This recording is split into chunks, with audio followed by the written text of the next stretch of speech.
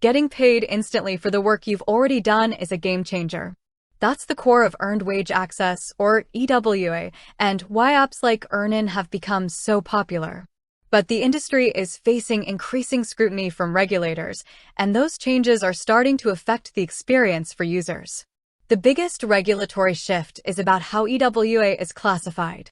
Many government bodies, including the CFPB and various state attorneys general, argue that these advances, especially when instant transfer fees or tips are involved, are essentially loans. This is a crucial distinction. If classified as a loan, EWA providers become subject to lending laws, including things like interest rate caps and the Federal Truth in Lending Act, or TILA. So, how does this play out for you as an EarnIn user? First, look at the fees and tips. In places like Washington, D.C., new regulations have already changed the cash-out process. Optional tips have been eliminated, and instead, there is a fixed, higher fee for the expedited lightning speed transfer. This fee is now debited upfront from the cash you request. This moves the cost from a voluntary tip to a required service charge, offering more clarity but removing the no-fee instant option. Second, you might see new hoops to jump through.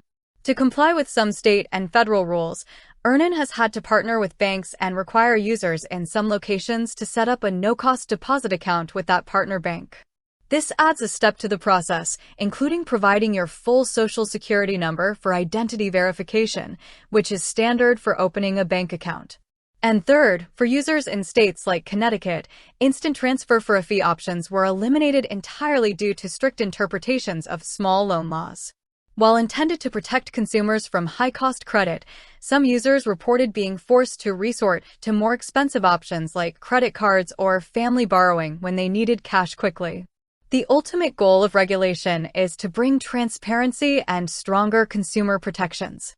This means you should expect clearer fee disclosures, potentially fewer high-cost instant options, and more formal banking relationships as the EWA industry adjusts to being treated more like lenders.